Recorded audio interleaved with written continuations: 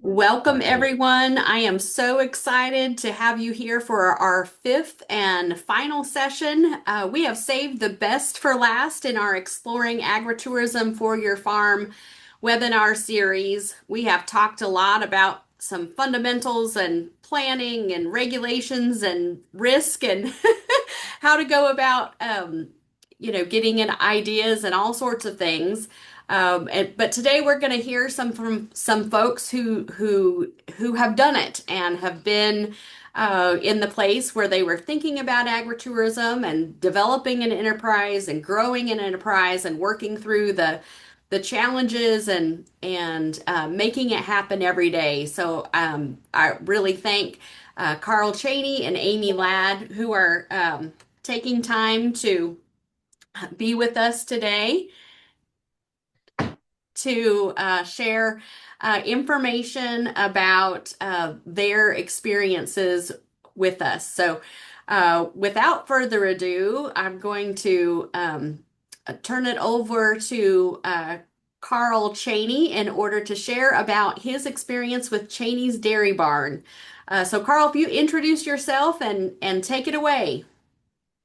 Yeah, thank you very much. Again, my name's Carl Chaney. My wife and I, Deborah, started the dairy barn back in 2003. Of course, things began a whole lot earlier than that.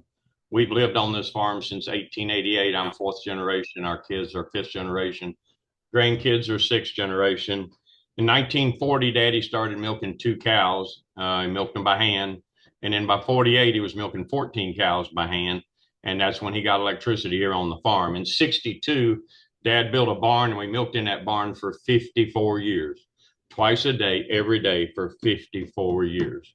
Then in 2016, we put in a robot that milks our cows. So that has worked really well for us, not only as farmers, but also as agritourism operators, because people are able to go down and see the new technology now that is out there. And again, in 2003, Deborah and I started the dairy barn.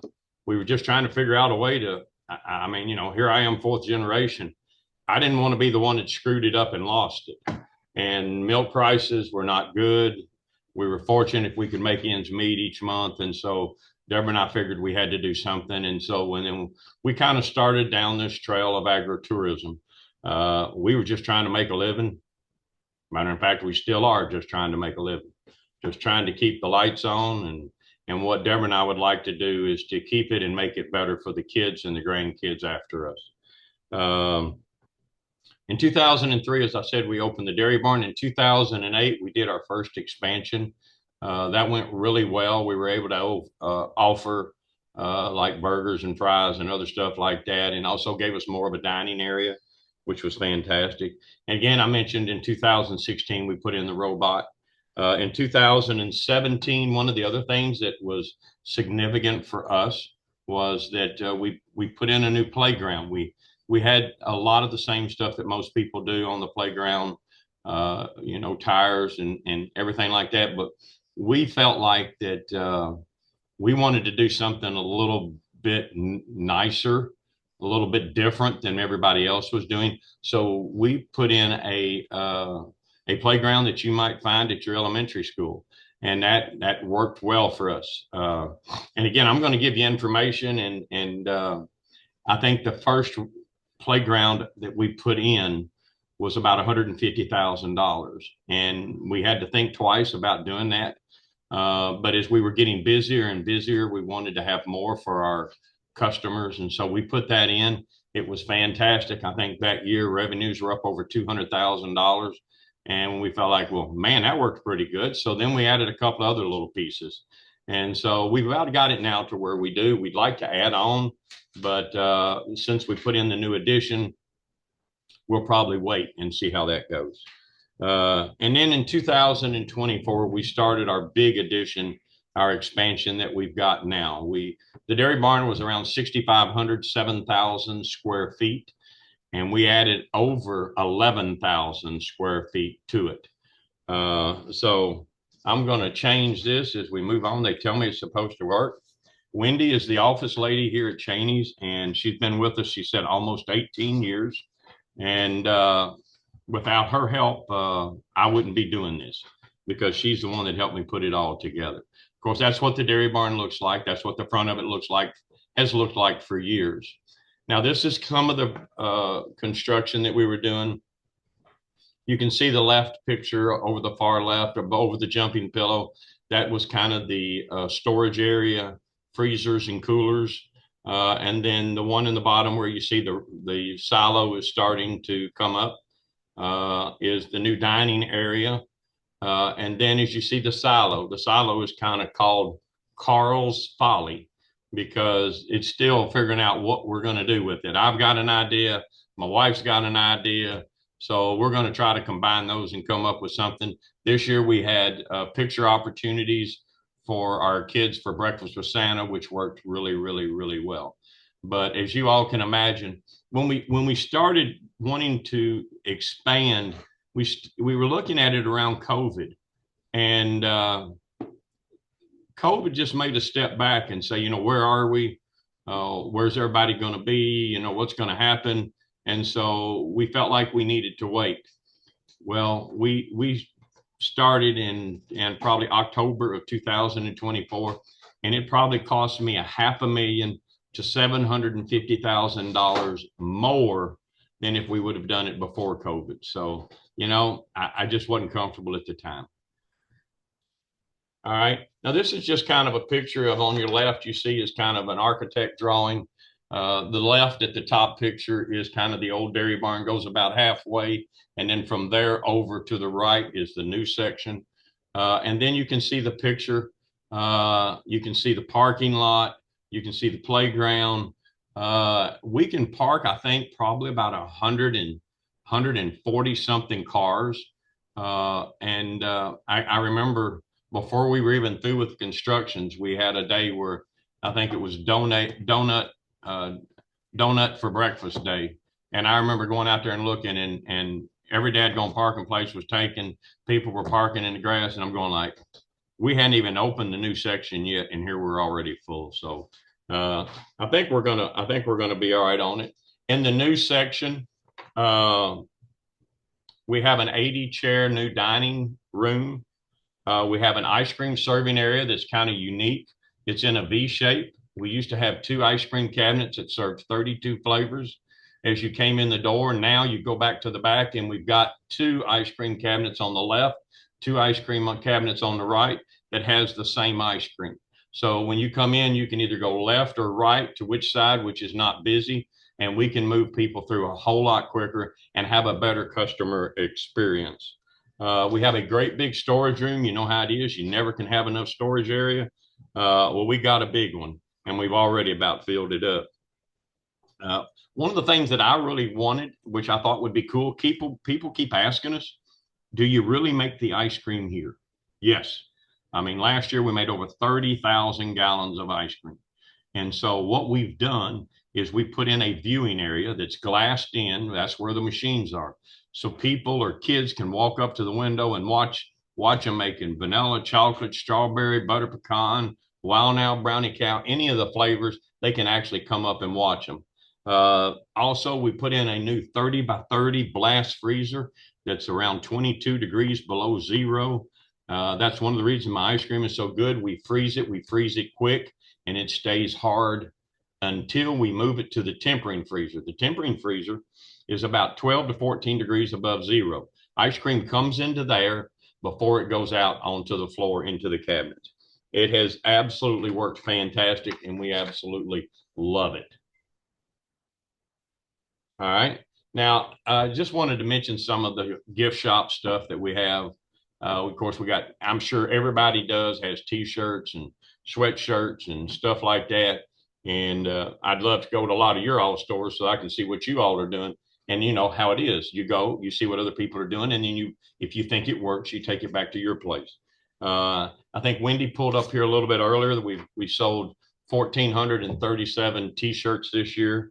And the mugs, I think we decided we sold about 879 mugs, but on one day we sold about almost 300 mugs in July for National Ice Cream Day because they got a scoop in a mug and we sold. Matter of fact, we sold out. We sold out about by 3 o'clock, so we would have sold a lot more if we'd have had them. So that's worked really well for us. Moving on, we do the Wish Pets is what we call them. This year we sold 1,672 of the Wish Pets. The milk reclamation candles, those, because we're a dairy farm, I think, has really gone well for us. We sold almost 500 of those this year. Quarts of ice cream on the right.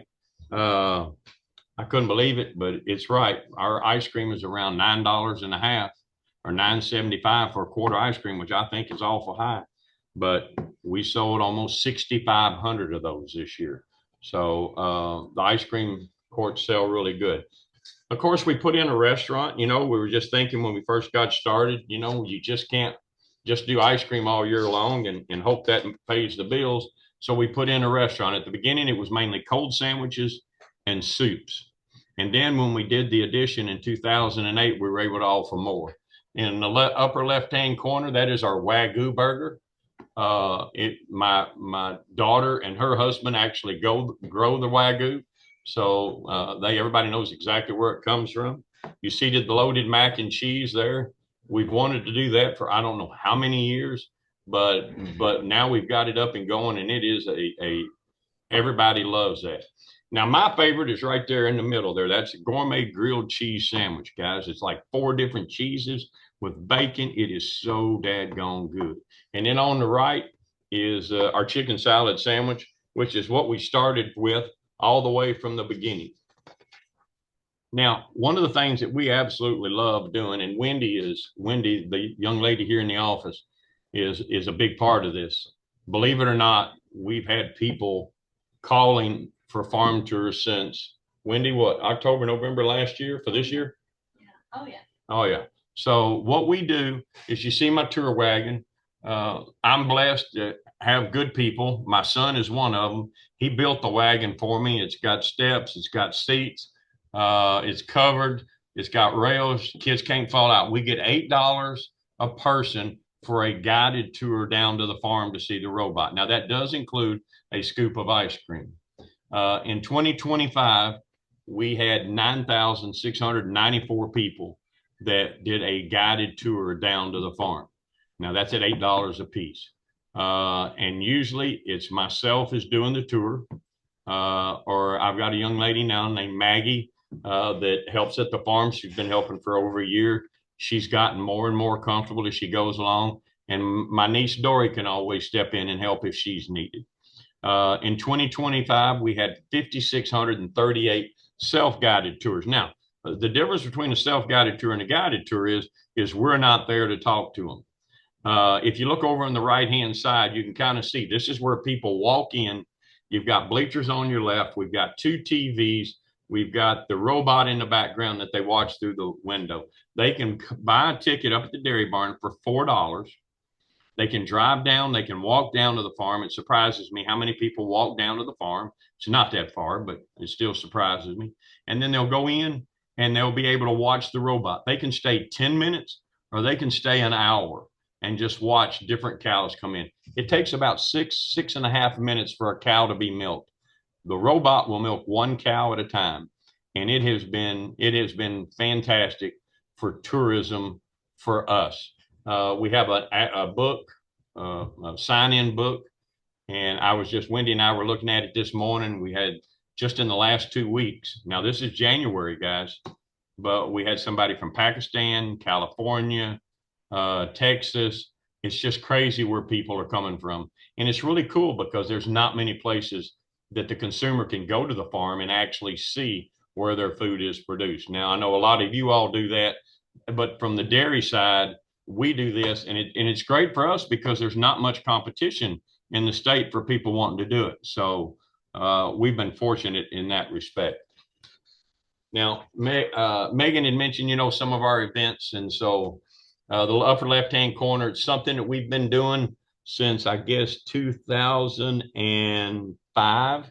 Is we do what we call ice cream in a movie. We pull a screen up on the end of the barn, as you can see, and we'll show a kids movie. Last year we had 12 movies. Everybody loves it. They can come out. We don't charge anything. Of course, they buy ice cream, they buy food. Um, and this last year, we had 12 sponsors that paid $800 a piece to be a sponsor for ice cream in a movie. Now, we do have expenses. Each movie is a little under, I think, $500 a piece. And so we'll show them on every other Friday. And well, we used to do it every other Friday and Saturday. We do it on Fridays and Saturdays, the same movie, because if somebody's got something going on Friday night, maybe they can come on Saturday night. That has been something that has been fantastic. Everybody loves it. It's been named one of Southeast Tourism's top 25 events of the summer. And then moving over to the middle screen up top is we do a lot of 5Ks. And as you can see, this is a lady. She has a daughter that is sick, and so she put together a 5K. And as you can see, this wasn't one of the biggest ones. We've had bigger ones. We've had a Stuff the Bus. We've had Sergeant. Was it the Yates Run, and they'll have 400 people. It's not uncommon, and we don't get anything for it. It's just people on the place. And of course, like a lot of the rest of y'all do, we do a corn maze. This year we partnered with Boyd Cat and really made it a fantastic event. It was really nice. Underneath that, ice cream for breakfast, donut Sundays. That's a blast. Man, we get such big crowds. Kids come in their pajamas, and we get donuts. We have a donut truck that actually comes on site, makes the donuts, and then we put ice cream on it, and people just absolutely love it. And of course, National Ice Cream Day was July 20th. Again, that's where we did almost 300 mugs, ice cream in a mug, and we sold out of the mugs.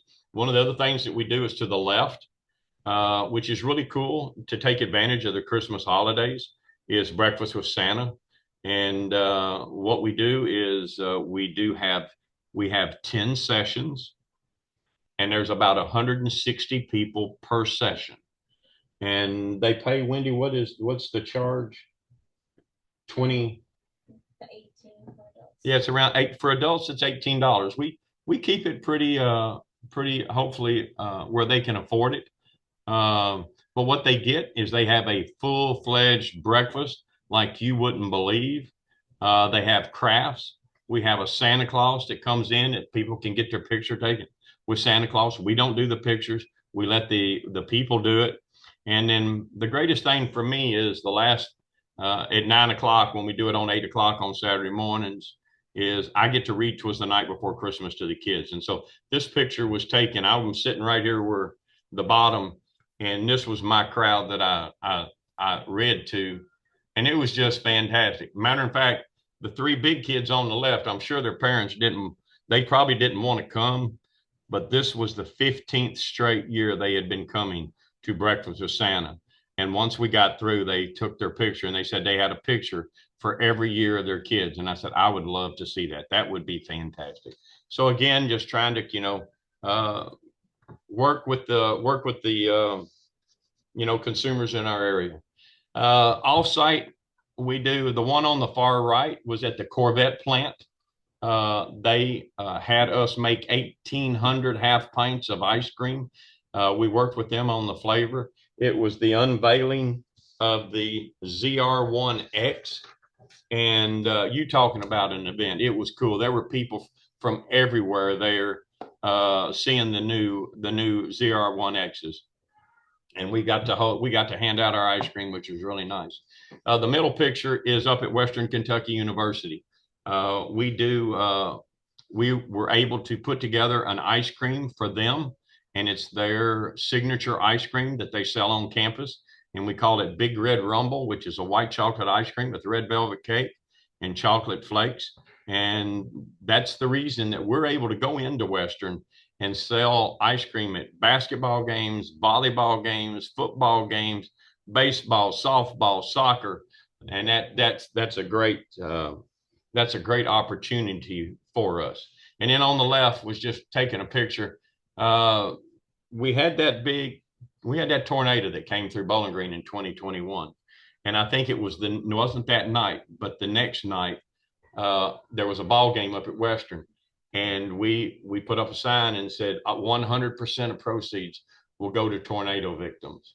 And it was so cool because people were just stopping by, putting $20 bills. I think we raised over $2,500 in 2 hours. So that was fantastic, and it was great to be a part of it.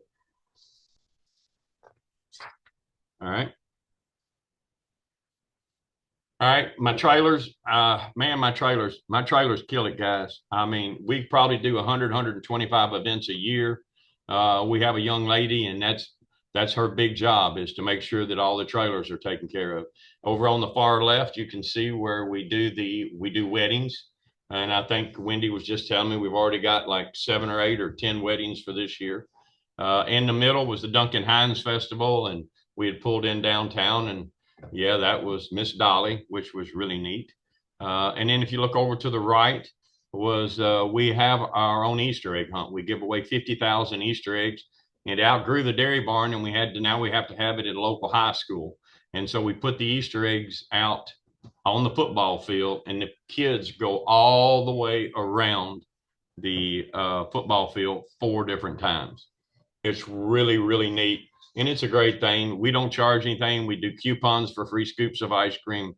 It's really good. And the trailers, I mean, there's so many places the trailers go. Romp over in Owensboro, Kentucky, Bluegrass Music Festival. It goes to the Kentucky State Fair. I mean, it's just, there's so many places the trailer goes. When it hits summer, we're working all the time with it. All right. We also do our own milk. We process our own milk. And as you can see, right now we're doing about 50,000 pounds of milk a week that we process. And normally we're somewhere between 10 and 12,500 pounds of chocolate milk every week. Our chocolate milk, everybody loves our chocolate milk because it's a full fat milk. We don't take the cream out of it. It's whatever the cows are producing when it's produced. Again, here's our playground that I talked about, that we purchased back in 2017. My son just built the big slide. He does that. And of course, we have a jumping pillow, which is really good, because when we have these big school groups, if you have 200, 300 kids, you can have some of them go down to the farm, some of them jump on the pillow, some play on the playground, some get ice cream. So the jumping pillow is an important part of that. All right. Now, if you look back behind the ice cream, guys, especially in the top left picture, that is a table that is set up in front of our viewing area for where we make the ice cream. You can see the ice cream machines behind it. We are proud of our ice cream. Our ice cream has gotten a lot of awards. As you can see, we won the gold medal at the 25 Kentucky State Fair. That's third out of the last 4 years. And then any flavor gold medal, we also won that one this year. And then on the bottom picture is, for the last 3 years, we have been sending our ice cream out to the Los Angeles International Dairy Competition. And for the last 3 years, we've come back with 2 gold medals each year. So this last year, we sent cookie butter and mint chocolate chip. Cookie butter won the gold medal, also won best in class. And our mint chocolate chip won the gold medal, did not win its class, but it did get a gold medal. Our chocolate milk we sent a few years ago, and it received 100 out of 100 points, and it received a gold medal. So again, we send to these contests to get the feedback. We get the judges' comments to see what we can do to make things better. And of course, on the right, we also go to the state fair every year. And so, I've got to do something to make sure I stand out. So the trailer was inside the West Wing up at the Kentucky State Fair. And I decided I'm sorry, it was Deborah's idea. Decided, what if we put the fiberglass cow on top? And I love her for death for that. And I was telling Megan as we got started, we're getting ready to celebrate our 50th anniversary. So I'm going to give her a kudos for coming up with the cow on the trailer. All right. We've been very fortunate, guys, to get a lot of great exposure.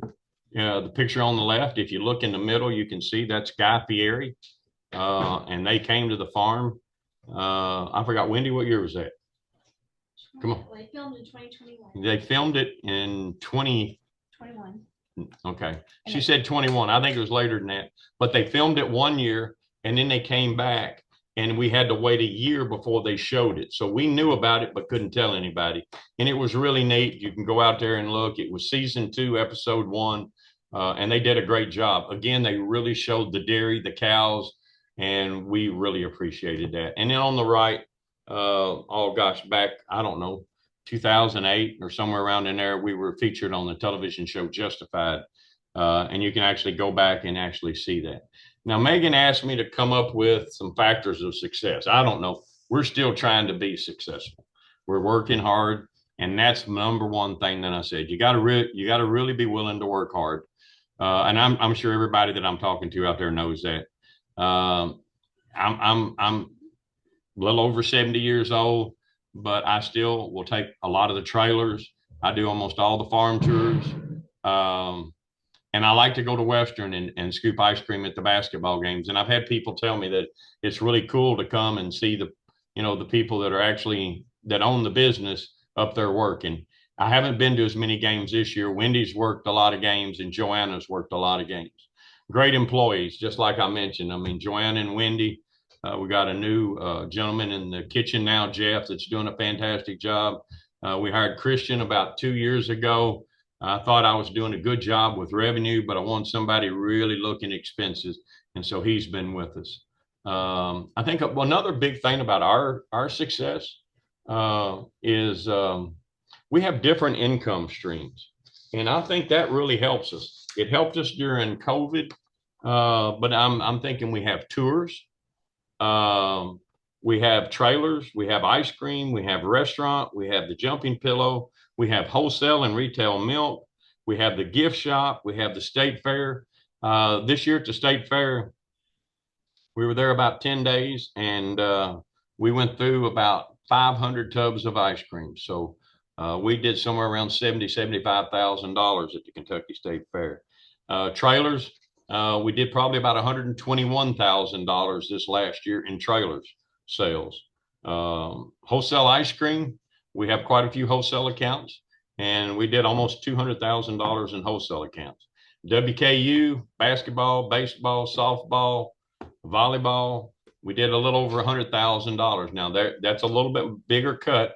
They get 25% of everything that I do. And then I talked about wholesale milk. The other thing is our location. Buchanan Park is across the road. It's an 8 softball field complex right across the road from us.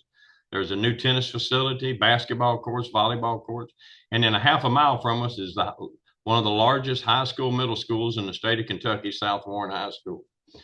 We do a really good job, I think. Always you can do better. Generally positive reviews. We got a 4.7 on Google. And what's really important is we don't spend a lot of money on advertising. Most of what we get is by word of mouth. We're very fortunate to have good relationships with local media. We're always doing articles or interviews, or one of the television stations is calling, wanting to know how are the cows doing in this weather, or any other information. What have you got coming up at the dairy barn? So we're able to get on and talk about that. I guess coming down toward the end, guys, lessons learned. Work smarter, not harder. I mean, I remember one year back about 10 years ago, man, our revenues were up $125,000. And at the end of the year, I had less to show for it in the bank. So we worked that much harder and had less to show for it. So always work smarter, not harder. That's easier said than done. And for me personally, don't measure your success by revenue, but we try to do it by net income to really see what money is. This year has been an amazing year for growth, but man, our expenses are eating us up. So we've got to continue to work on that. Really good record keeping. And this is where Wendy comes in and really helps me. She set up a spreadsheet for me. And if you could see it today compared to 15 years ago, you wouldn't believe it. Like 15 years ago, we did the day of the week, what was our actual revenue in the store, how many transactions, and then a running total of transactions and money. Now, that was all it was. But now we have the temperature, we have weather, we have events. We were at the Easter egg hunt, so on and so forth. So we put in a lot of stuff, to kind of help us next year to see what, what we're doing. And, maybe look back to see, okay, well, what was the weather like that day? Okay, well, how heavy do we need to staff? So those are just some of the things. I know probably all of you all, I could learn more from you all than you hopefully get from this, but hopefully if you do come up with anything that you're interested in or need any other information, uh, contact us. I'd probably hook you up with Wendy because she's the one that I do the talking, she does the thinking. So I don't, again, without great employees, you all know, you just don't know where you'd be. So that's kind of mine, Megan. I'm tickled to death to take any questions. Carl, that was great. And we do have some questions. And as you all think of more questions, please put them in the chat. Somebody would like to know how big your corn maze is. Our corn maze is only around 5 acres. I wish it was bigger, but that's all of the ground. My cows, I've got a 20-acre corn ground, but that's for the cows. And so the cows get their part, and then what's left over is about a 5 acre corn maze. We make it work. I don't know. I wish we did a better job with it. Uh, Everybody works hard up here to make it work. Wendy, what did we charge this year? $10.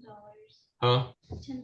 We charged $10 this year, and everybody got a scoop of ice cream that went through it. So that's what ours is.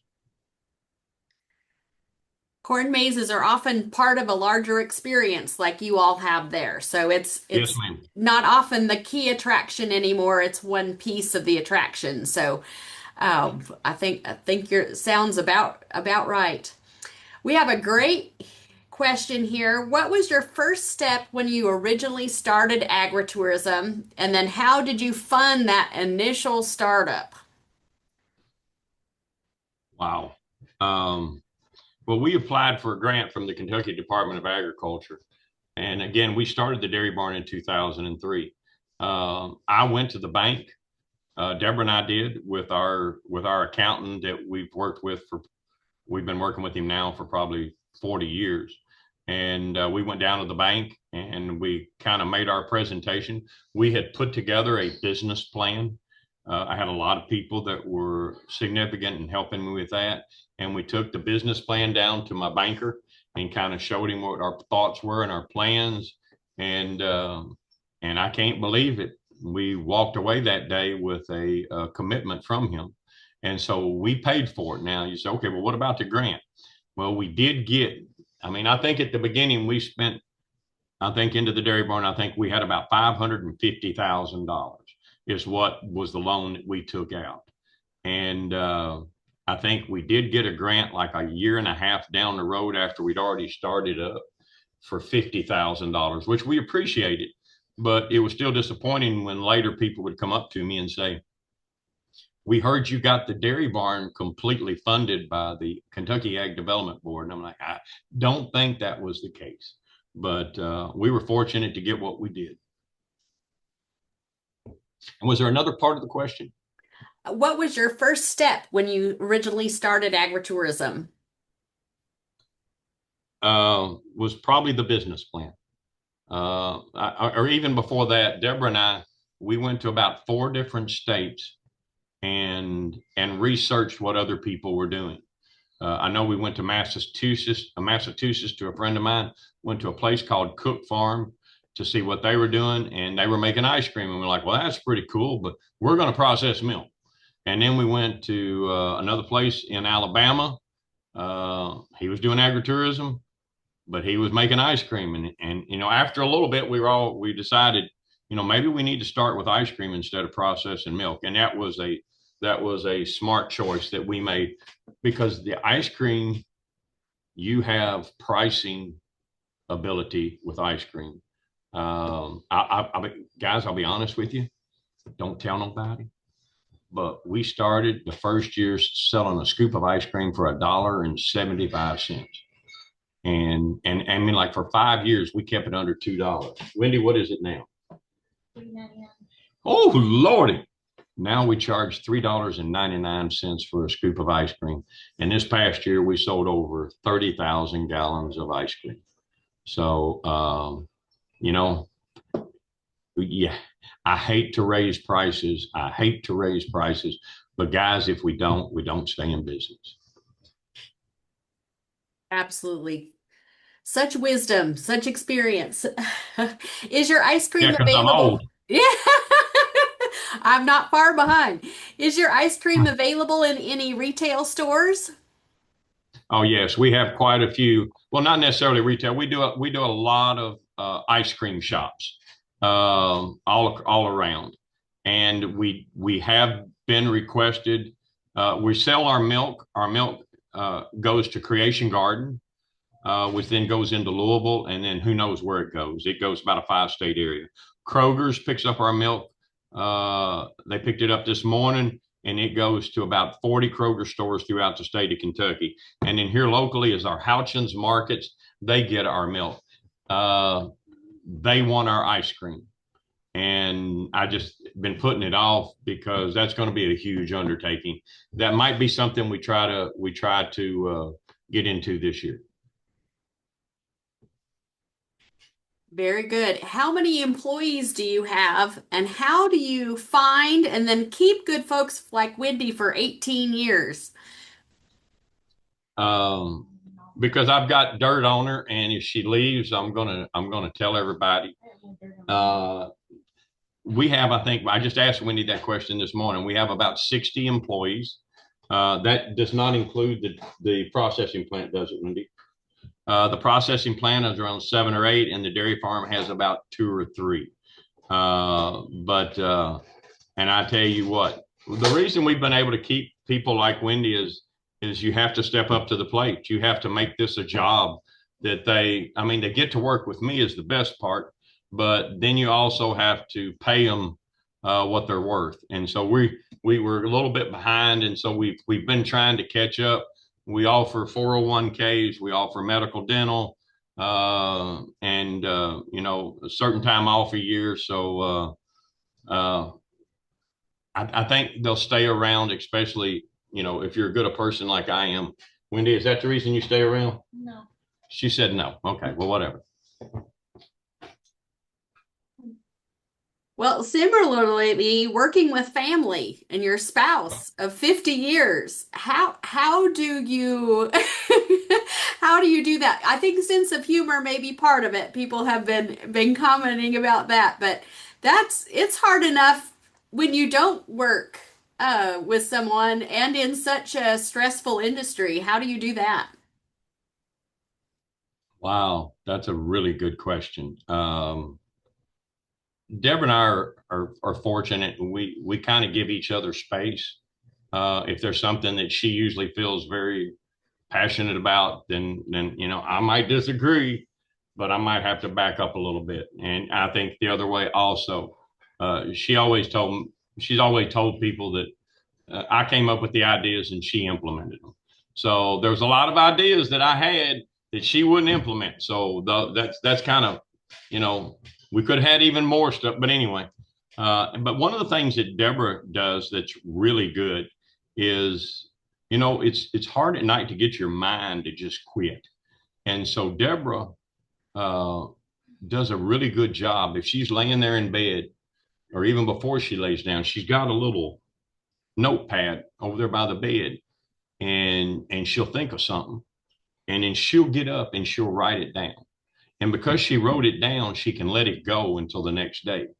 Where I'm sitting over there in the bed, I'm tossing, I'm turning, I got to take care of this. I got a sick cow. Oh my gosh, what am I going to do? The cows were down today. I got to get them back up. I need more, you know, so you can just, but Deborah, found that has worked really well for her.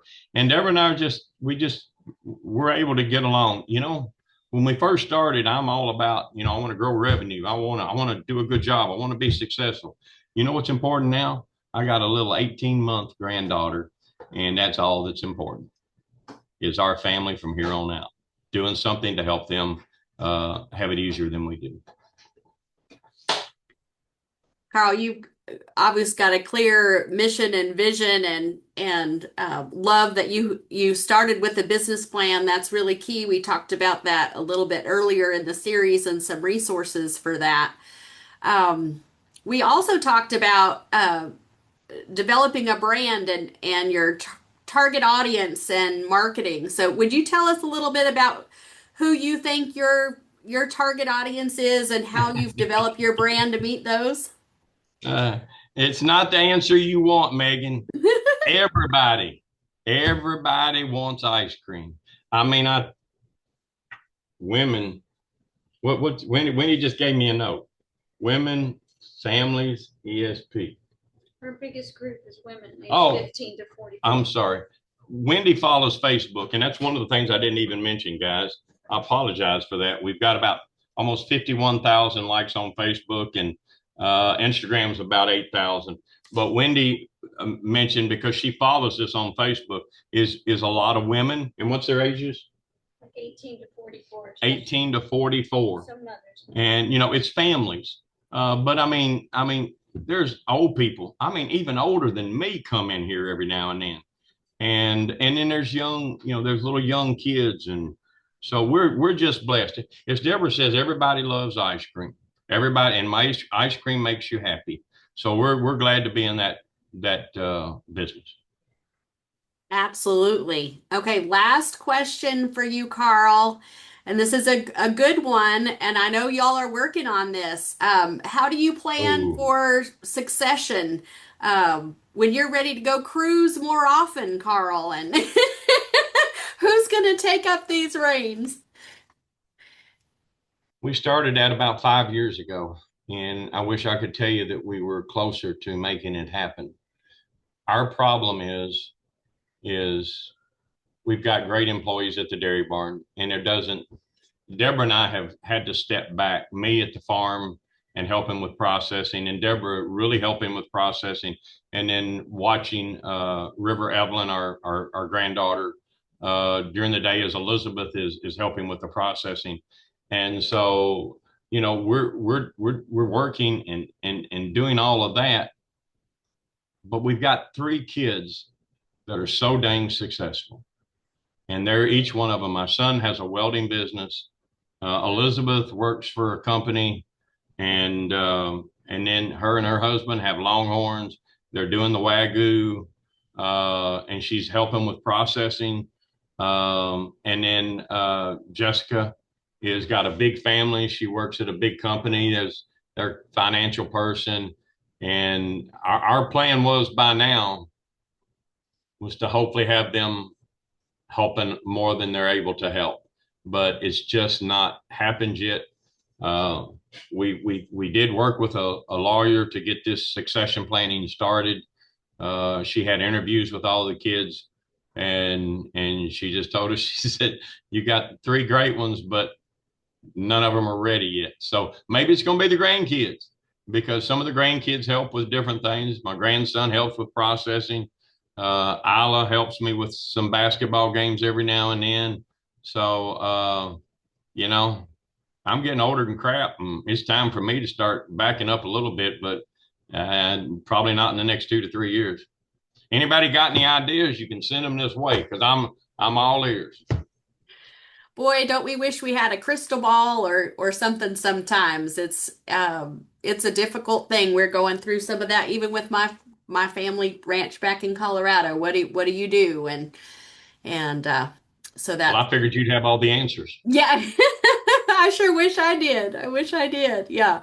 It's difficult because there's business and then there's emotional and there's, some other things attached as well. So, Yeah, and I mean, and Megan, I can remember. I mean, my dad was so good to kind of step back and kind of let me grow and let me take over and let me make the decisions. And I tell you what, I mean, I'm probably getting to that point, and that's hard. That's hard, to step back and let somebody else make the decisions after you've been doing them for 25 years or 30 years or 40, whatever it is. It's just, it's going to be hard, and I hope I handle it as well as he did. yes, that has got to be hard when you are the one that it comes down to the bottom line for so many years. Yes, ma'am. And you are year round. You don't really have an off season. We used to shut down for a couple of weeks in January, but now with Buchanan Park right across the road with the tennis facility and the basketball and volleyball courts, I mean, we'll get an influx of customers. And that was the other thing I wanted to mention. I don't know about the rest of you all, but for us, our area, they put in this South Warren High School about 10 years ago. Now everybody in the Bowling Green area and elsewhere wants to live in our area. So now where probably property was going for $2,500, $3,000 an acre, $5,000 an acre, maybe 10 years ago, right across the road from us, 97 acres, $32,000 an acre, and they're putting in 315 houses right across the road from us. Now there is a sidewalk that goes all the way down the east side of 31W that goes to the high school and back in behind the high school. Things are changing. We're just going to have to adapt. Well, all those people hopefully are drinking lots of milk and eating lots of ice creams and wanting some chicken salad, and I want one of those Yes, ma'am. burgers. My my Our leftovers burgers are are not amazing. looking near as good after that presentation. The burgers are good. We've been known for our ice cream for years, but I think we're also beginning to get be known for our food. It's. I think we do a great job with the food. Carl and Wendy, thank you so very much for your time. We know you are super, super busy, and we appreciate you sharing your experience and wisdom with us. And it is always a joy, whether it's a phone call or a Zoom, or especially in person. I need a Carl hug one of these days. But Oh, um, well, thank you. Wendy, if something like this comes up, Wendy's the one that I always go to because I know she can help me put together the slideshow and the information. She and I are really numbers oriented, and we love to delve into spreadsheets and stuff like that. And so I was like, I said this morning, I was like, man, it'd be great to know how many burgers we sold. Okay, got it. So it's just it's helps to have great people. absolutely, I'm glad you have Wendy, and glad she has you. Thank you all so much. I'm sure if she feels the same way. I hope so. Well, I hope to see you soon. Thank you. All right, I'm going to, if you would stop your share, or I may be able to, I'm not sure, and we will turn to Amy Ladd, and I wanted Looking forward to it. two different types of operations here. Um, One very much value added product based, and the retail experience and the tour experiences around that. And then Lucky Lad Farms, which is in our backyard here, actually not far from where I am. And we'll hear from Amy. It's a little newer operation, but still very experienced, and has seen a lot of growth and a lot of um, challenges that they have overcome, and a lot of successes. So let's see, Amy, are you on? Let's see, there I she is. think I am. Let me try to share my screen. We'll keep our fingers crossed. All right. I think we got it. Does it look good?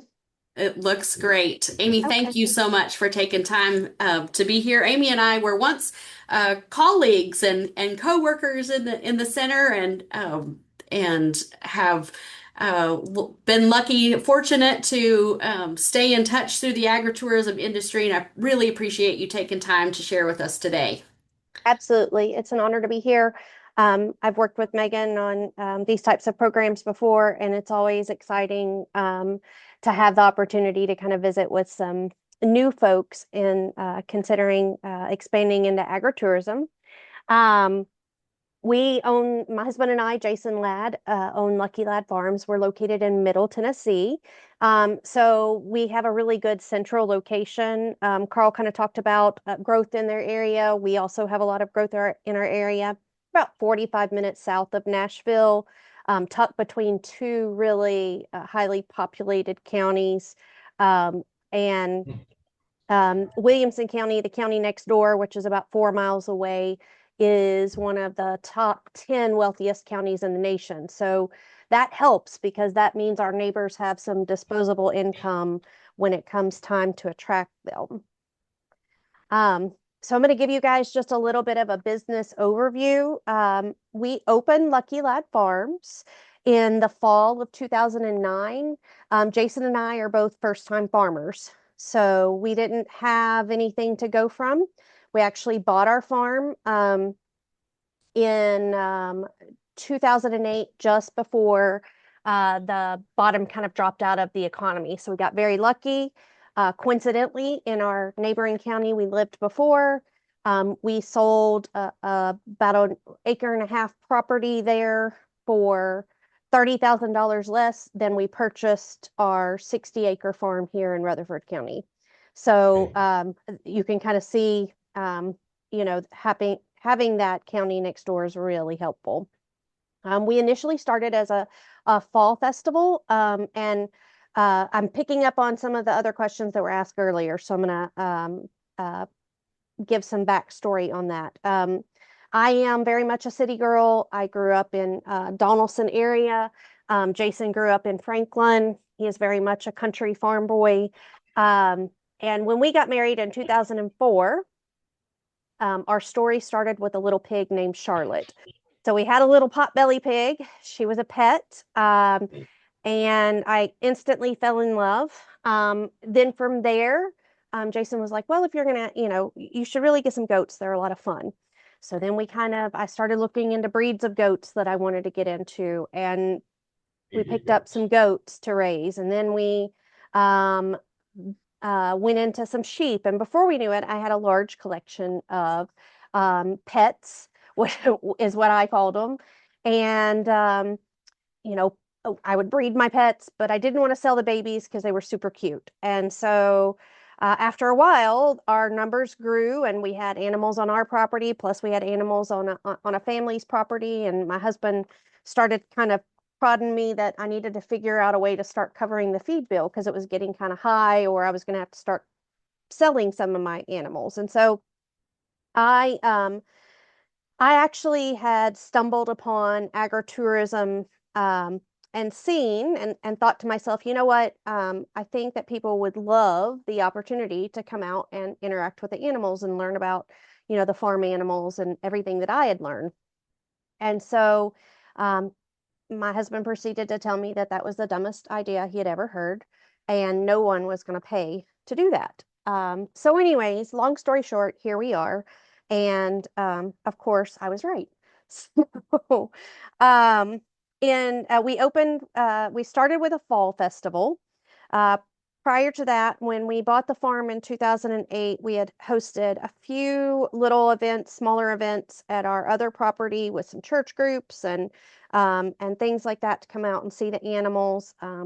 But I knew that there was this bigger opportunity, which means we needed to secure more land.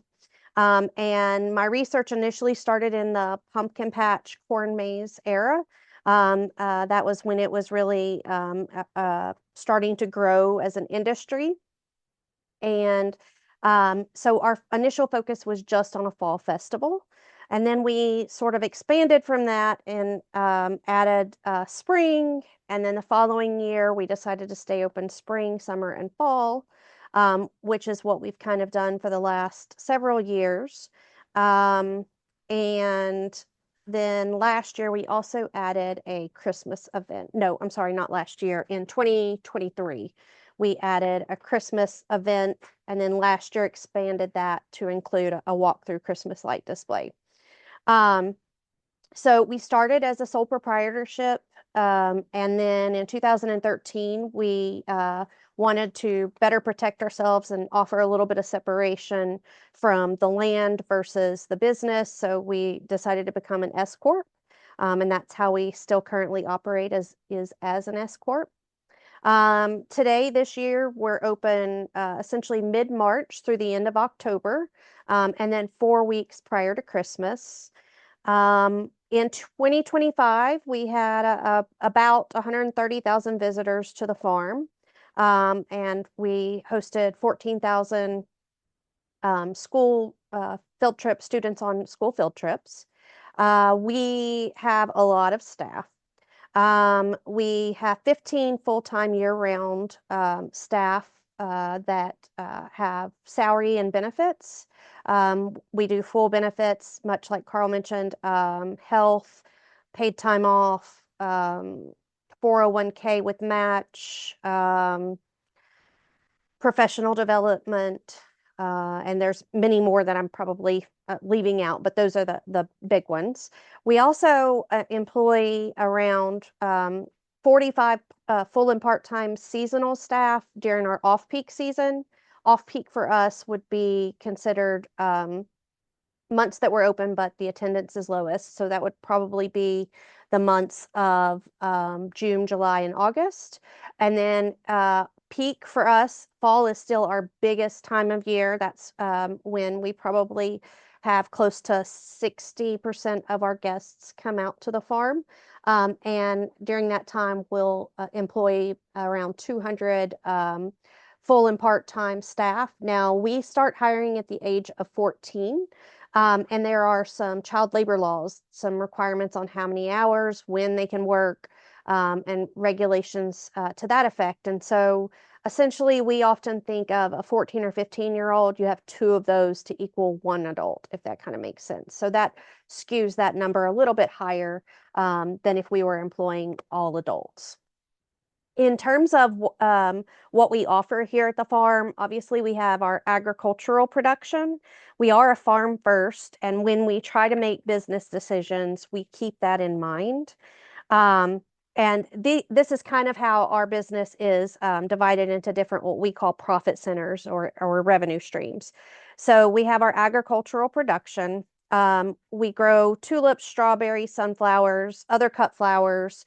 We are a reseller of pumpkins, and we also raise and sell a lot of livestock as well as other exotic animals now. We are the second area is our what we call our farm fun park and zoo.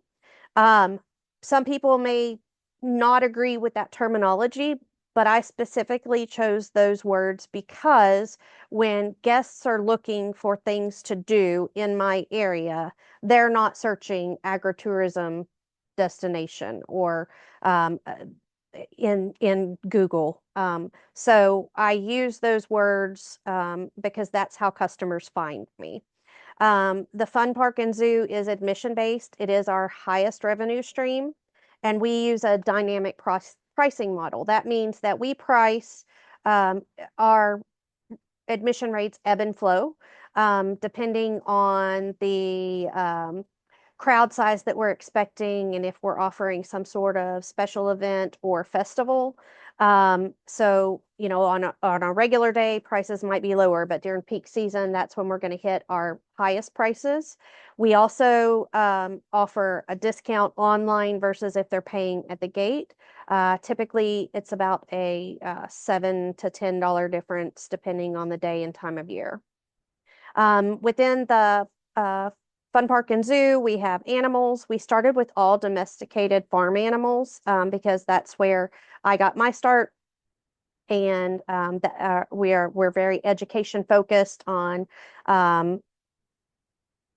reconnecting families and children with agriculture. And so farm animals were great to teach about. We then started adding exotic wildlife for our nature trail, which is the Cedar Glades Nature Trail. The Cedar Glades is a unique ecosystem and found just here in Middle Tennessee, primarily in Rutherford and Wilson counties.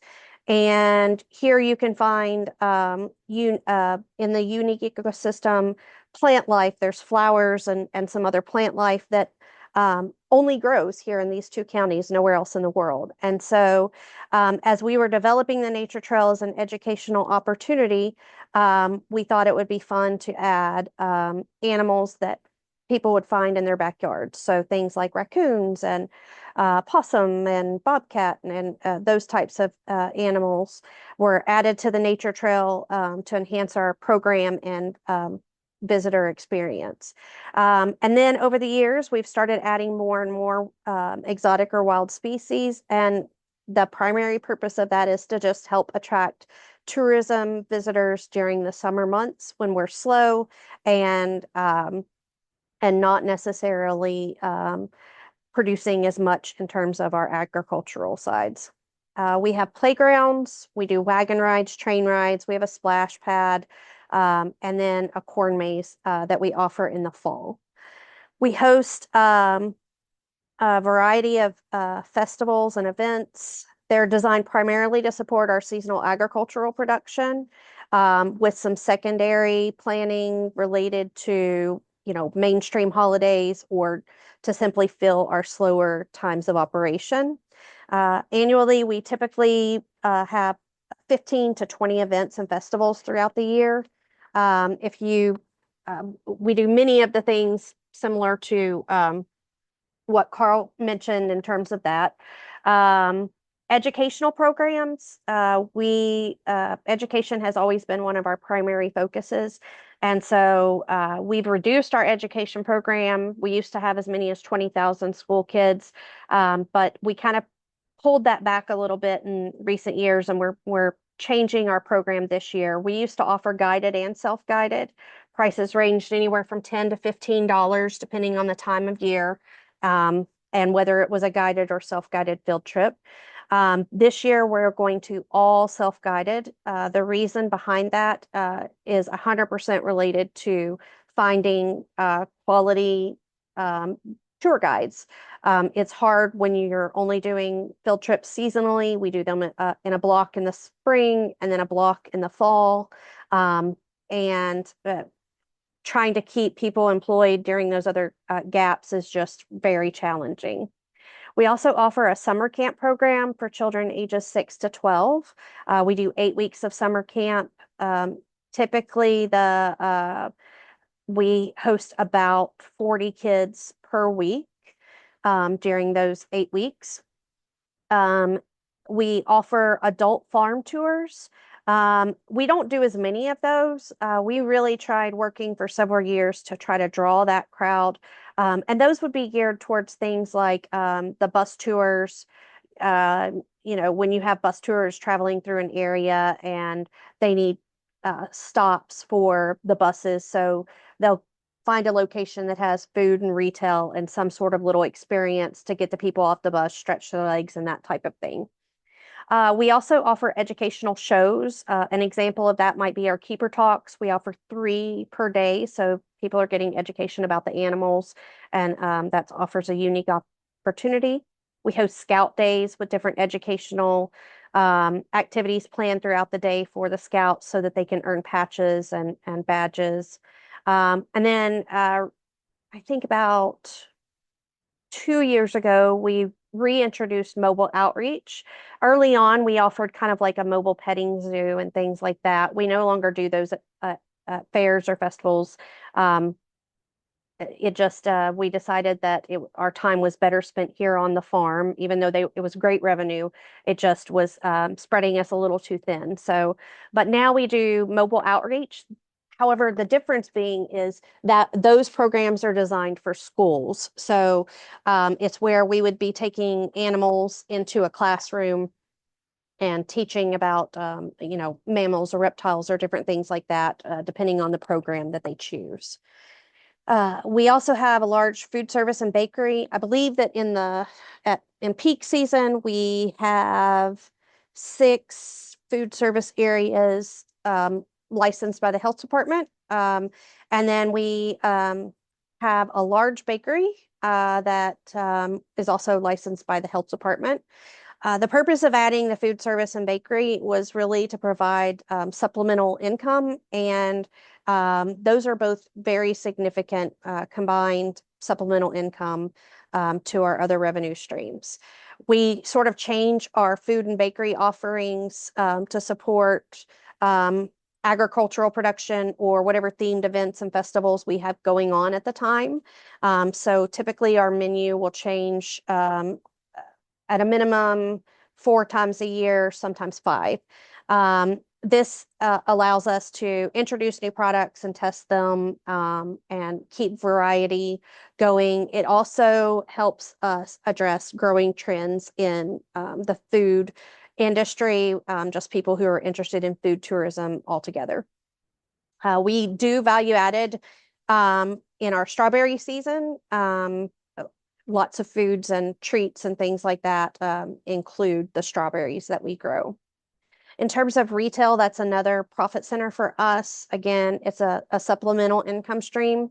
There we do value-added products, whether it be like bouquets of flowers or strawberries, different pre-picked strawberries, things like that. We also do some strawberry jam in-house that we'll sell. We also sell a ton of branded merchandise and private labeled goods. So that would be like the other jams and jellies and pickles and things like that that we're not growing here. But you often see in farm retail settings, and they just kind of put our name and logo on the product for us. We sell a ton of toys. Plush is huge for us. It's probably the biggest area of sales in terms of that compared to gifts or souvenirs and even branded merchandise. And then we host private and semi-private events. So these are things like birthday parties. We offer those during the spring and summer months only. We used to offer them in the fall, but we decided that for us, it wasn't really worth the extra, I don't want to say headache, but it kind of is a headache to deal with birthday parties. But staffing requirements and we were already selling out in the fall and reaching capacity. And so we were turning away tickets that we could probably sell at full value for a discounted birthday party. So we did away with birthday parties several years ago in the fall. And instead, they can buy their admission tickets and then rent a pavilion for their group. We also host a number of corporate and group outings throughout the year. Luckily, this past year, it's one of the areas that we're really focusing on, and we did see some good growth in that area this past year. And we're probably hosting maybe a dozen a year. I should have looked that information up for you guys, and I didn't the exact number, but for our larger corporate events and group outings, and by larger, I mean more than 100 people, I would say we're doing at least a dozen annually. So I've covered a whole lot of areas about what our different profit centers are. But the big question is what do we really offer? And the truth is what we're really selling at the farm is we're selling an experience. It's an authentic farm experience. It's a chance to make a memory. It's a chance to learn something. We're giving them the place and opportunity to spend time with family and friends. And so that is a commodity in and of itself. And so the experience is our focus here at the farm. And again, we try to tie those experiences back to our primary roots. The agriculture is tied to authentic you-pick experiences. And there's a whole lot of fun mixed in the middle, so don't get me wrong, but we are trying to keep everything as farm-centric as possible moving forward. All right. So Megan asked us to kind of create and talk about a little bit of factors of success or what we feel like has contributed to our success. And so I think education is huge. So um, there are a few unique things. I had a master's degree in business and marketing together with my husband, who went to the School of Hard Knocks. So he is very street savvy and very capable, and it complemented each other. Um, we heavily researched the industry before we ever got started. This little map kind of shows all the different states that we went to in 2007 and 2008. So a full year before we ever got started, we actually got to visit Chaney's. We visited more than 40 different operations. We would head out each weekend and go to a different state and try to find operations similar to what we were thinking of, which was, a fall festival at the time, and really invested time going to two or three or more if we could in a weekend over a fall season. If we had an opportunity to talk to the business owners, that was fabulous. But we always paid to get into those experiences. And then a lot of times we tried to participate ourselves. Or if it was geared more towards kids, we didn't have kids at the time. So we would just sit and observe, and we would pay attention to what people were doing and how they were interacting and what was popular and things like that at all the different venues that we visited. We've never stopped that. Anytime we get an opportunity to go out of town or attend a tour, we still to this day do that, because there are so many little things that we can pick up from other venues. I'm not an apple orchard, but I can learn so much from visiting places like that. And Chaney's is a perfect example. We visited there a couple times now, and it's just, traffic flow and customer interaction and all those different things. So you really never want to stop learning. We've attended the meetings, the workshop, the conferences as much as we could. And I myself had a unique opportunity when we were first getting started. I actually had been hired by the University of Tennessee to teach a grant-funded program for a couple years there to some counties on the eastern side of Middle Tennessee about marketing and agritourism and value added. And so I really became immersed in the whole industry in and of itself. At the same time, I was really getting my business off the ground. People and partnerships are 100% worth mentioning. Networking with other business operators so that you have a pool of people that you can kind of mentor with and bounce ideas off of and try to learn from so that you can improve your operations. Focusing on the customer service aspect of the people and working really hard to exceed their expectations by delivering more than we promised. We focused heavily on business and tourism partnerships over the years, things like your chambers of commerce and your Department of Tourism and any of those types of opportunities which have been available to us. We've tried to participate in so that we can get our name out there more and more. We've had paid sponsorships where other businesses work with us to put their name on the farm, and that's been really good. We don't focus heavily on that because that's not where our value is. But just over Christmas, a local Ford dealership wanted to pay us to put a Lincoln Navigator, with a spotlight on it, and I willingly found a spot for them, gave them a little bit of advertising, and in turn, they gave us a little bit of advertising on their social media. So it was a great sponsorship. Plus, they paid us. Marketing sponsorships with other businesses, running contests, your other advertising agencies, those types of things for free advertising. And of course, working with influencers now is a big thing and a growing in popularity in terms of part of being part of your marketing mix. Finances, I feel like that we were lucky in that we had a personal savings for our upstart. So we didn't have to go into huge debt to get started. Of course, we did have to buy the farm, but we had a little money saved up. I think our initial year we had about $100,000 saved up to put into our the business to get it started.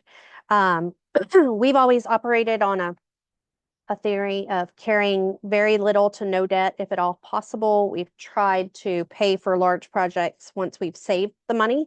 And I can tell you that in many times over the last 18, 17 years, that's really been extremely helpful because it's helped reduce our stress load in making sure that we're trying to get through to, the next season or when cash flow wasn't great. And we've done a really great job on tracking our costs. We price out, even in food service, we price out all the ingredients, and so we really try to focus on what our costs are, and in terms of even our pricing models. We don't focus on foot traffic. For us, it's not how many people we get through the door, it's our per cap that we're earning from each person. So, what each person is spending with us for their visit. It's about increasing that, not necessarily increasing the number of people through the door. 2020 gave us a unique opportunity because it allowed us to take back control of the business in the sense of capacity limits were a thing, and we decided we liked not having the larger crowd. We were able to focus more on our customers' experience by not having 6 or 10,000 people in a day, versus capping that at a number we felt comfortable with. And there's been a couple years recently where other businesses in the fall that have a big fall business, they've had their roads shut down and the police have shut them down, or different things like that, because traffic was blocked for miles and things like that. And so that by capping our attendance, it allows us to better focus on the customer, but that means we have to be really attuned to what each customer is spending and how that impacts our finances. I think that vision has been a big thing. I'm kind of a big idea person. I feel like that details really matter. And I've always tried to focus on looking at our business through our customers' eyes. Like, what are they seeing? What are they experiencing? What are they smelling? All of those types of things versus I'm a farm, and it doesn't really matter, if they see, all of our rusted out old equipment and scrap pile and stuff like that. My focus has always been more on, what is the customer wanting and needing in terms of their experience. I also, pay quite a bit of attention to trends. Is it something we can take advantage of? But knowing a trend is exactly what it is. There's been a huge trends. It first started with sunflowers, then it went to tulips. But we're already seeing, sunflowers are not a big market draw anymore. It used to be, Megan mentioned it earlier, corn mazes. Corn maze in and of itself is not necessarily a business model that's going to draw a ton of business. So how else are you going to get their business, and what happens when that kind of runs out? Goal setting, we do try to work on setting goals. We want to increase, revenues by 10% and those types of things are just examples. And we keep a 5-year plan and update that as we move on so that we can remain flexible and adapt to what's going on in, the economy and today's world, and not overextend ourselves. I think one of the biggest things that we do that I see is different than a lot of other agritourism operations is we actually treat it like a business. We don't treat it like a farm. We don't treat it like a family farm. we are a business. And so that means that every decision that we're making is not is focused more on the business itself. Um, when you're starting your own business, and then initially, most people aren't going to have the luxury or the finances to hire, 5 or 6 different department heads, right? You have to do a lot of this stuff on your own. And so you need to be the type of person who can multitask and wear tons of hats. It's human resources, food services, marketing, operations management, logistics, agricultural production, finances, and a business strategist. So it's tough. And in that, one of the things we've done is we've embraced technology to help us work smarter, not harder, and be more efficient. If you haven't dipped your toes into AI yet, please do, because it has really been a game changer over the last few years in terms of efficiency and getting things done. A huge thing that we did for our business is we hired management staff. When our kids were born, we were a few years in, so we started in fall of 2009. We had our daughter in 2011 and our son in 2013.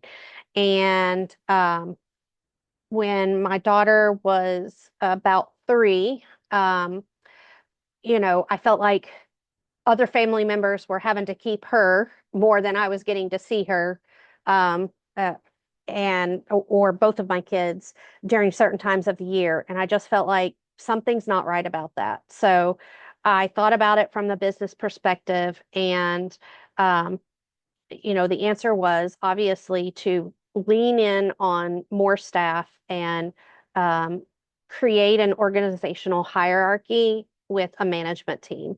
And so now we have that. That's what some of those full-time year-round salaried positions are: food service manager, assistant food service manager, retail manager, our animal care manager.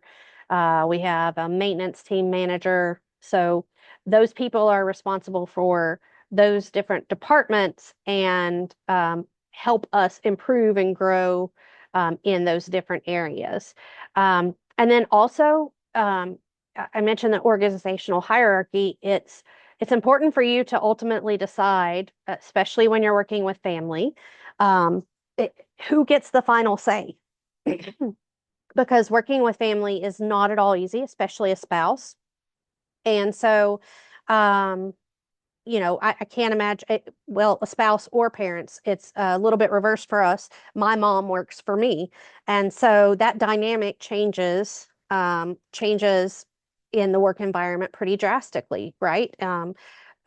For 40 something years or 30 something years, she was used to telling me what to do. But then when she came to work for me, I started telling her what to do. And that doesn't always go smoothly. So um, ultimately, you have to decide who gets the final say.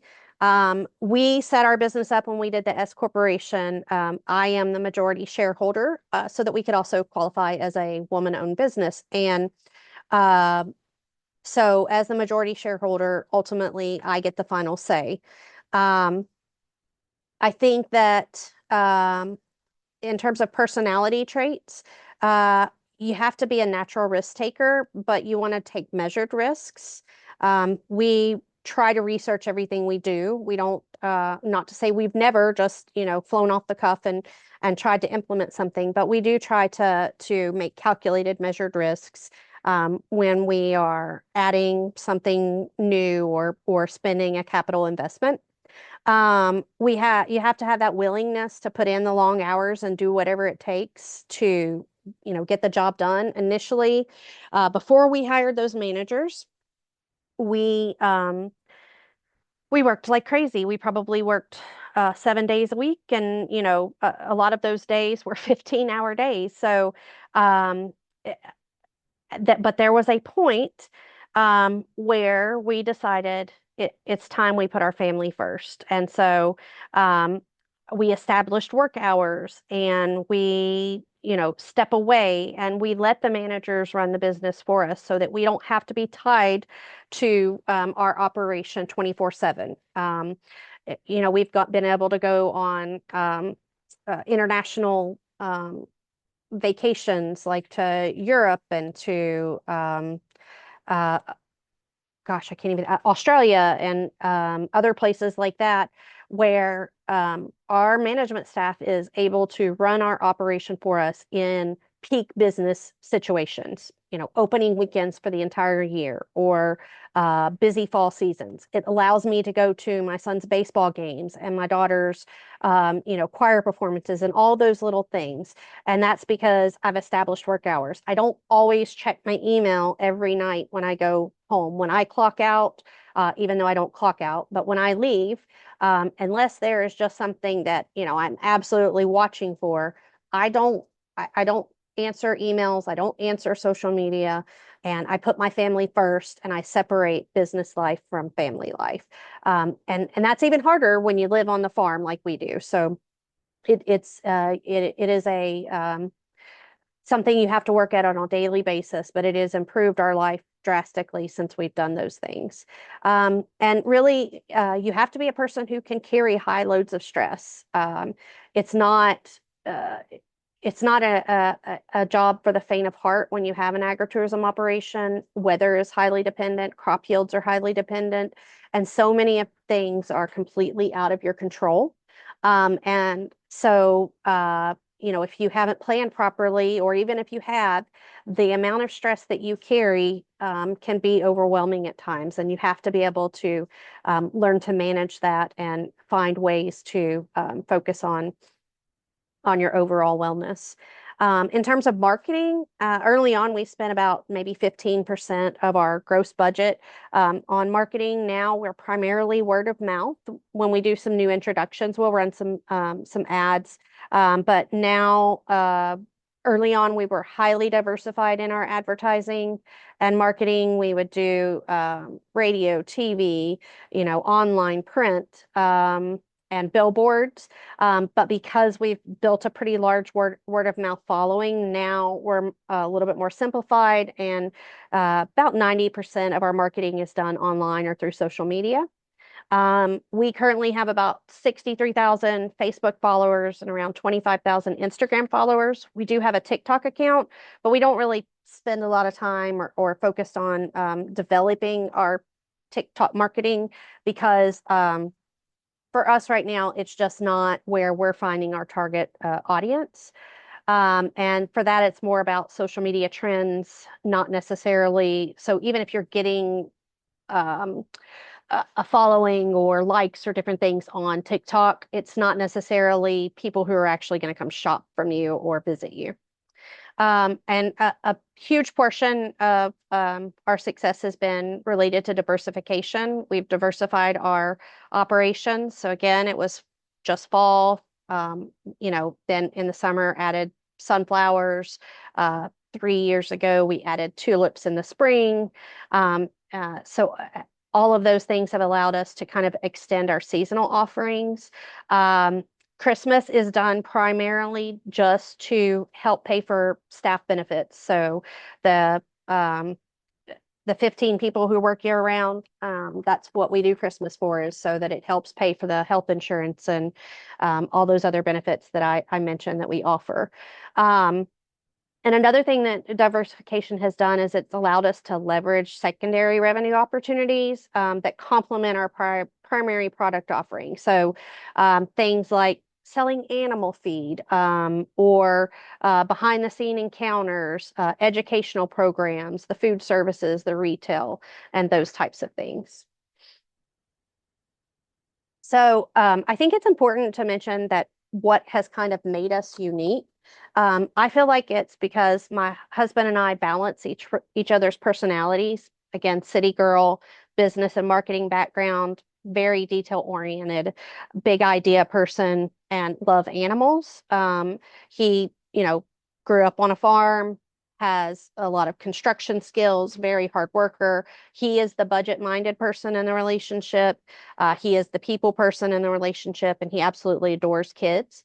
And then one thing that we made sure that we had when we started was a unique selling proposition. So one of the things that we noticed that was lacking, and our whole motivation for even getting started in the beginning was a lot of farms didn't really provide opportunities to see or interact with animals.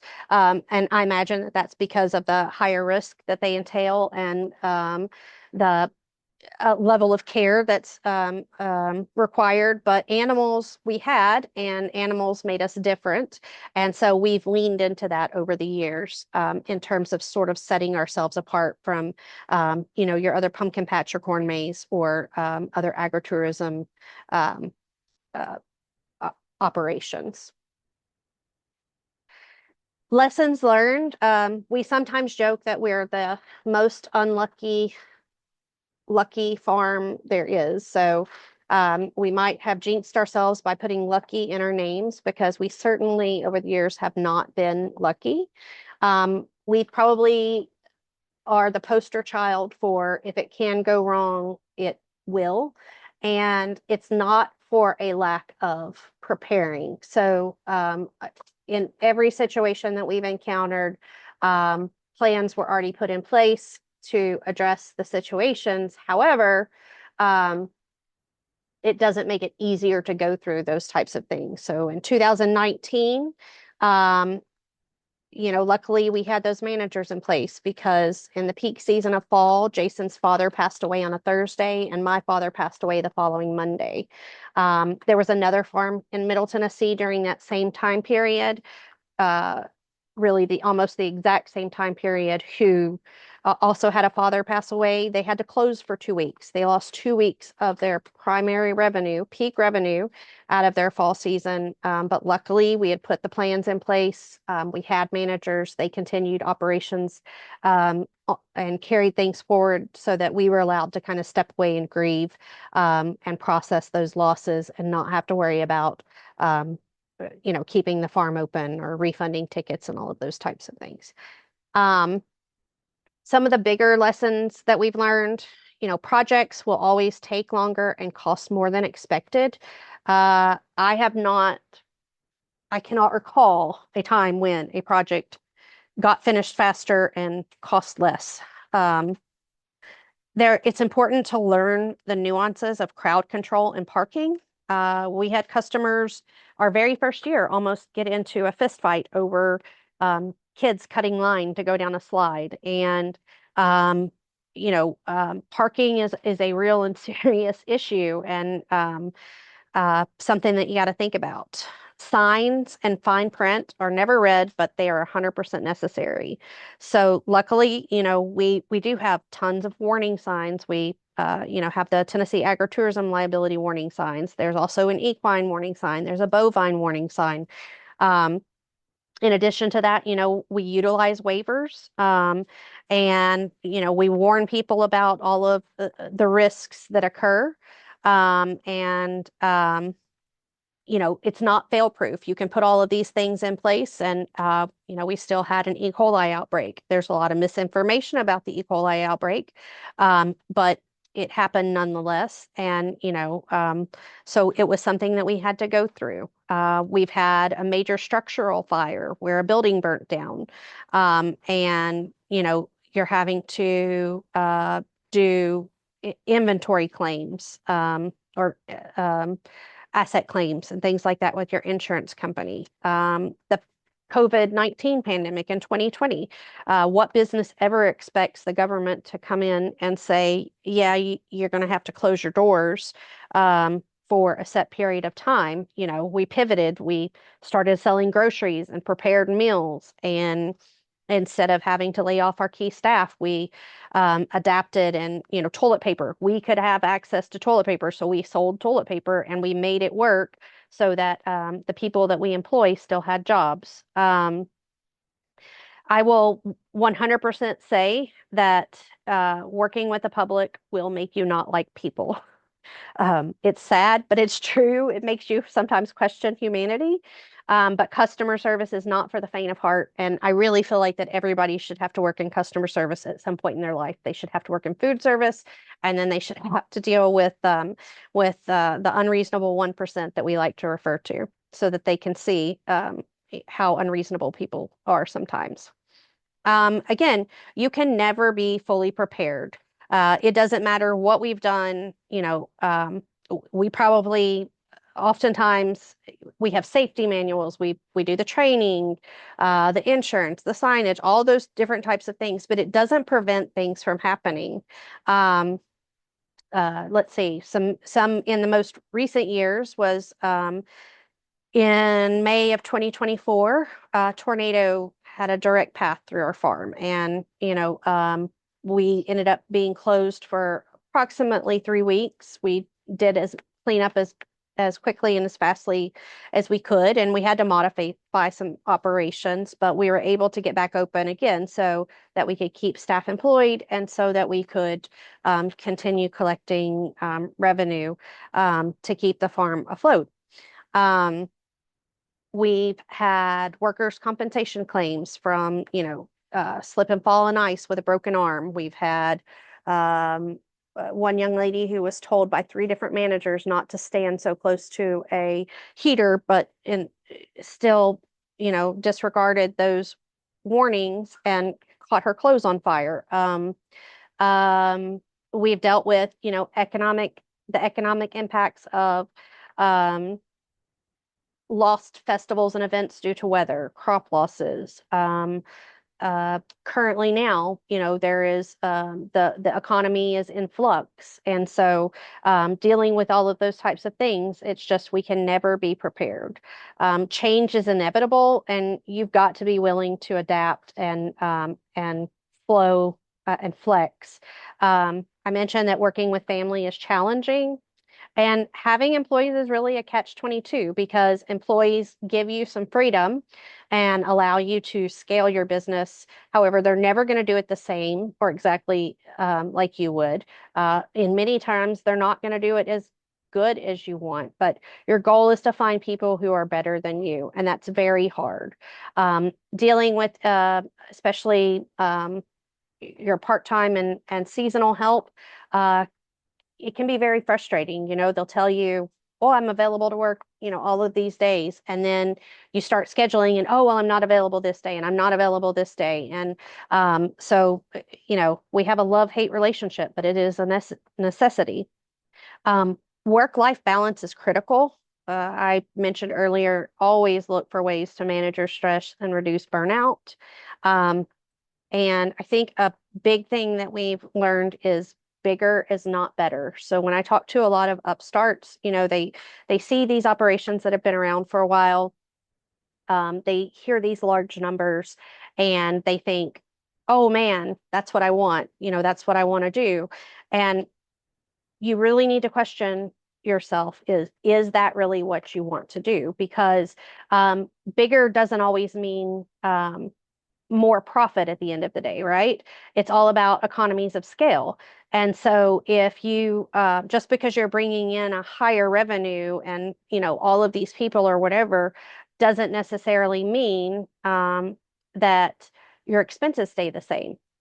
Typically, the more you have, the more your expenses go up. And so just be careful what you ask for. And then I think a really big lesson for us is sometimes things just don't make sense. Um, uh, but God is always there for you. And I think that that's worth mentioning is you're going to encounter these things that challenge your business and wonder why you're unlucky or wonder why you're being punished. And, accidents happen. You can do things to prevent, anything and everything, but um, everything's not always going to make sense. And if you believe in God or whatever your solace is, then I think that lean into it because for us, we know that He is always there and He is always going to support us. All right, and finally, Megan asked us to share maybe some advice for others. And I've tried to do that kind of along the way, but some really big ones that I almost guarantee you've kind of already heard and seen in your previous settings are kind of written here for you. So one is be unique. Competition is great for everybody. It pushes us to continually improve and do better. And so don't be afraid of competition, but be unique. There has to be a reason that sets you apart from your competitor.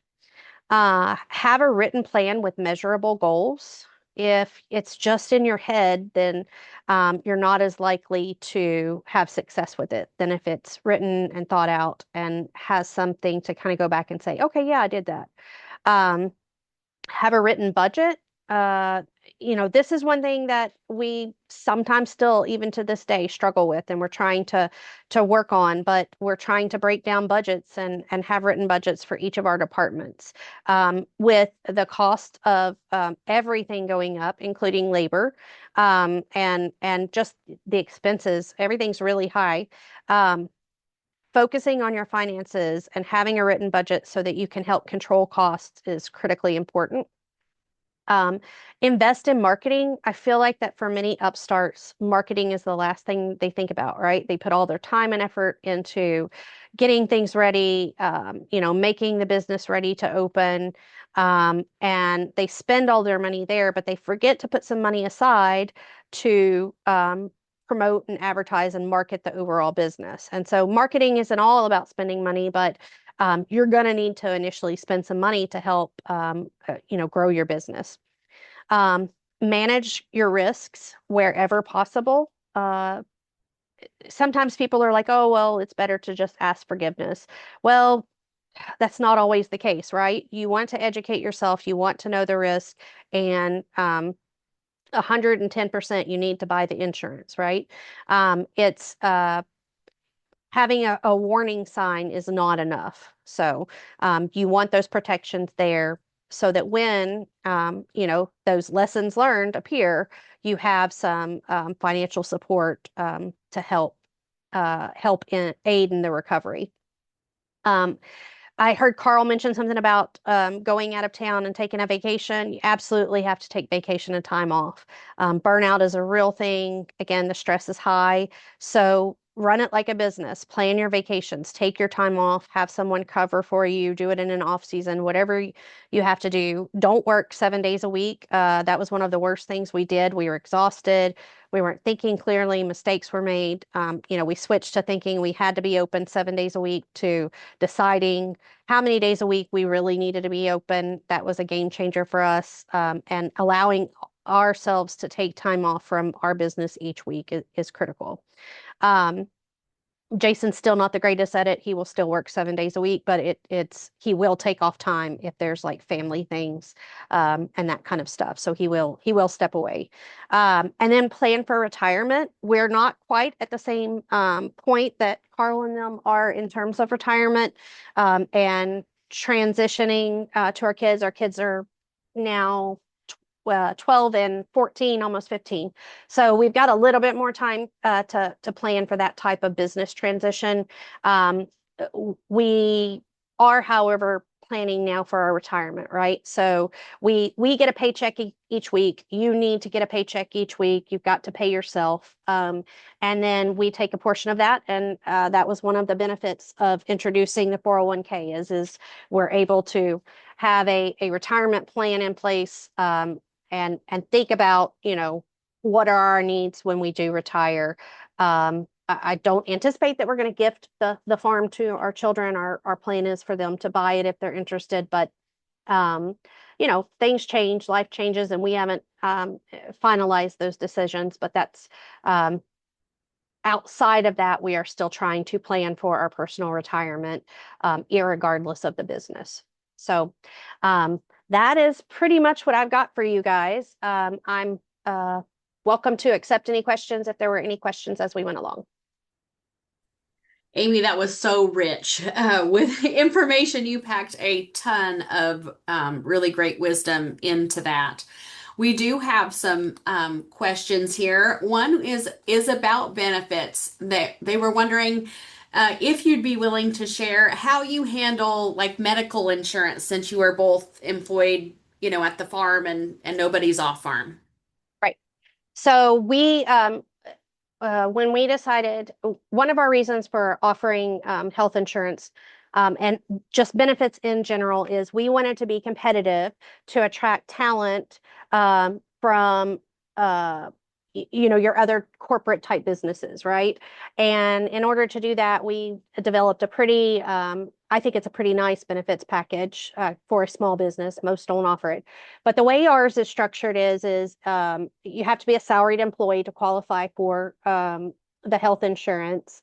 Your first 3 years with us, we pay 75% of your premium, so they have to cover 25% of it. We also give you a $400 stipend if you're going to have a family or a spouse plan. And then after starting your 4th year of service with us, we pay 100% of your insurance premium plus the $400 stipend. And so it makes insurance for our staff a little bit more affordable. They do have to pay into it somewhat, especially for those first 3 years. But it's also set up so that we're rewarding longevity. And I feel like that this year, depending on whatever goes on, health insurance is going to be even more critical and back sort of at the forefront of a lot of people's minds. But because so Jason and I, because we're set up as an S corporation, we get a paycheck every 2 weeks, just like our staff does. And so our premiums, just like our staff, are taken out and covered. Obviously, we're covered at 100%, though, because we've been here more than 4 years. So, anyways, but that's how our health insurance, and we do our health insurance through Farm Bureau. Very helpful. Can you elaborate on how you find or select social media influencers? Yeah, that's kind of a challenge. So oftentimes they find me, and I evaluate, the number of followers and things like that. I ensure if it's a traveling influencer, I'm not really interested in that. I'm looking for people who are sharing stuff sort of not necessarily in my immediate area, but um, I guess more of the Middle Tennessee area or Tennessee, those types of things.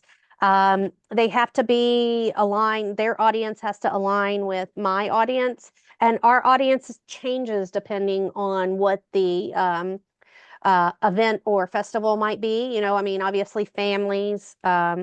We target families with kids aged 2 to 10. Typically, those are the moms that are ages 24 to 45. And so my influencer needs to have a similar audience that's producing content that would match that audience. However, if I'm looking at maybe my sunflower festival, those is going to attract a slightly different audience. There is some overlap, but primarily that audience is going to be, your 18 to mid 30s.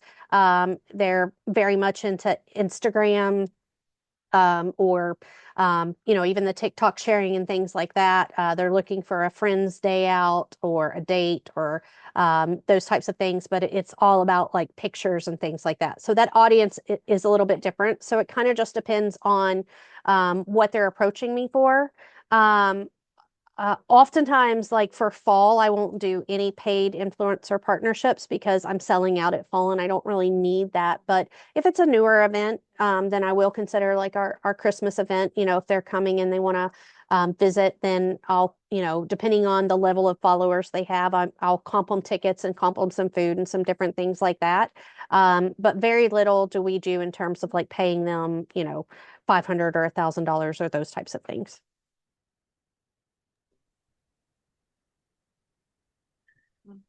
Great. Let's see. I'm looking through here. Any advice for starting a smaller venture like an Airbnb or Harvest Host? I think that in terms of, whatever it is you want to do, it really just depends on researching your niche and how you're going to kind of set yourself apart. Again, I mentioned our unique selling proposition that we relied on and still rely on to this day. And, when it comes to any business, all of those same principles apply. It's just at a different scale. We didn't start big. We did grow very rapidly, much more rapidly than I think we anticipated. But I think it's when you're starting, all the principles that you've probably learned over the last three or four sessions, I can't remember how many you had, but apply regardless of what scale of business you're having. And then the important thing is to strategize how you're going to either grow that business or help maintain where, you know, a level that you feel comfortable with in terms of your operation. And I missed a follow-up question. I apologize about the influencer. How do you compensate the influencer? So, yeah, as I mentioned, most of the time it's just kind of an in-kind gift. So it's tickets, it's food. Sometimes it's a little bit of merch or something like that.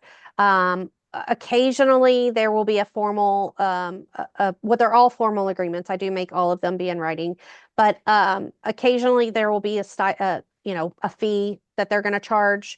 I've never paid thousands of dollars in fees though. So I'm not using influencers that would necessitate spending that. Most of them are happy with just free tickets, food, and that kind of thing. Great. One more question, and then we're going to turn it over to Shelby for a quick announcement. How do you contact sponsors and partners? Well, it involves a lot of networking. So we are members of, our area chambers. We we also seek out certain businesses. So initially, like several years ago when we wanted to do predators maize, we contacted the Nashville Predators, and sometimes you pay for them to promote you, but most of the time it's going to work out where they're paying you, and you have to build a sponsorship package that shows the value. Typically the value is going to be in terms of exposure to people. So that is a little bit more tricky. And you probably want to do some research on how to kind of assign some values and things like that. But that's essentially what we did is we would put together a package, and we would say, your name or sign or whatever is going to be shared with X many visitors on site, and assigned at that value, and then X many visitors on our webpage. If you have Google Analytics, you can kind of get your monthly traffic, X number of visits, or to on social media if you're going to do some posts like thanking your partners and that type of stuff. So you just kind of build the sponsorship package, and price it kind of accordingly. One good thing that you could kind of do is go look at other festivals in your area and get ideas. It doesn't have to be an agricultural festival. It can be any type of festival.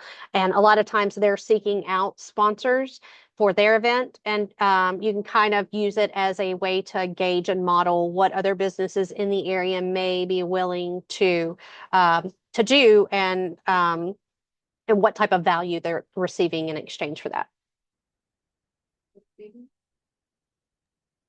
Fabulous. Thank you so much, Amy. Yes, ma'am. And thank you, Carl. We appreciate you so much. You're so generous with your time and with all the lessons you have learned over the years, which hopefully will help these folks get a jump on their analysis and figuring out whether this is right for them and how to proceed.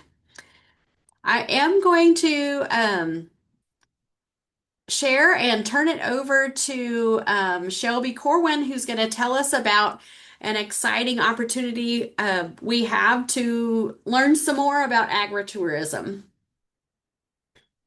Thank you, Megan. And I'm glad you could pull up the flyer because I'm on my little laptop because I'm having issues with my monitor. So on the laptop for now. But so we are actually putting together an Exploring Agritourism for Your Farm on-farm insights. So this you've learned a lot within the webinar series, things like that. So this one's going to be an in-person experience. Registered is required. We do have a code that we can give to dairy producers or if there's any extension agents, things of that nature. But we're going to have 3 stops that day. It's going to be an all-day ordeal. We plan on meeting at a central location, and we'll take a bus to these sites. So that way you don't have to worry about getting lost, and we can network on the bus as well. Maybe, get to know each other, things of that nature. Maybe get ideas from other people that are kind of in similar situations. So we have our stops plans for Hatcher, Nash, and then Lucky Lad as well. It is going to be on March 25th. And like I said, it's an all-day thing. We'll get on the bus at 9 and we'll hopefully be back around 4:30, but we all know traffic is never predictable. So we plan to at least at the latest be back by 5 p.m. that day on Central Time. It is going to be a $35 registration if you're not a dairy producer, but this involves dairy stops along with agritourism insights as well, because a lot of these farms have dabbled into multiple ways of getting income, like we said, value added, because expand while you can and try to stay in the market. So if you have any questions, you can reach out to Megan or myself. I can put my email in the chat. That way, you'll have my information as well. And there is a link on here. We do plan on sending out an email with kind of more information too, and to all of you guys. That way you can have the link to register at your disposal whenever you have time. Great. Thank you, Shelby. And we are especially thankful to Amy for giving us an introduction to her place, and then you can go and see firsthand how they create the experience and get things done there. And at Hatcher and Natch, they do everything from on-farm lodging to special event hosting to on-farm retail and food service. So it's a really great opportunity to see a variety of things there. Carl, we would love for you to send somebody down and come on that tour with us, and we'd love to come see you all at some point too. Um, Thank you. This has been a lot of fun with this series, and great to network with some of you. If you're at the Pick Tennessee conference later this week, I plan to be there. Please come say hello so we can see each other in person. And we hope to see many of you on this tour. I think Shelby mentioned we only have space for so many. So if you're interested, please try to get registered for that. We are sharing this with you before our social media and our general news lists and things like that, to give you an opportunity, since you are not um,